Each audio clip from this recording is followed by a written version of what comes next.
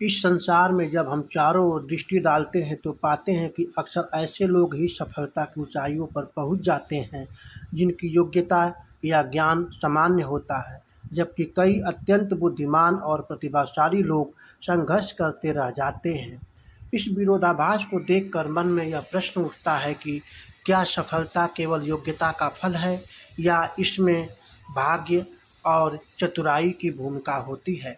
भाग्य, बुद्धिमानी और चतुराई के इस टकराव में कई बातें उभर कर सामने आती है। एक मूर्ख व्यक्ति यदि समय और अवसर को पहचान ले और साहसपूर्वक कार्य करता रहे तो वह एक बुद्धिमान व्यक्ति से पहले सफलता प्राप्त कर लेता है। मूर्ख अक्सर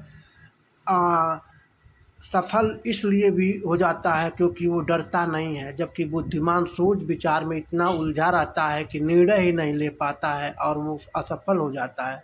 बुद्धिमान नैतिकता और आदर्शों में सीमित हो जाता है, जबकि मूर्ख अवसर को किसी भी तरह से हथियाने में लगा रहता है और वो सफल हो जाता है। कई बार समाज योग्यता को नहीं बल्कि दिखावे, प्रचार और प्रभाव को अधिक महत्व देता है। मूर्ख व्यक्ति आत्म प्रचार में निपुण होता है, जबकि बुद्धिमान स्वभावतः शांत और अंतर्मुखी होता है।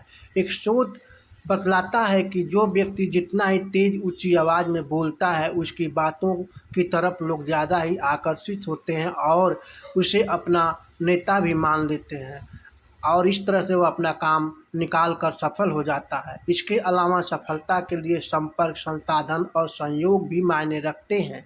जितना ज्ञान आज के समय में मीडिया, सोशल नेटवर्क और बाहरी चमक धमक की अधिक महत्व दे रही है और इसका भी फायदा एक मूर्ख व्यक्ति उठा लेता है। योग्यता, विवेक और चिंतनशीलता की जगह दिखावे और शॉर्टकट को तवज्जो भी आज दे दी जा रही है और इसी वजह से प्रतिभा छिप जा रही है।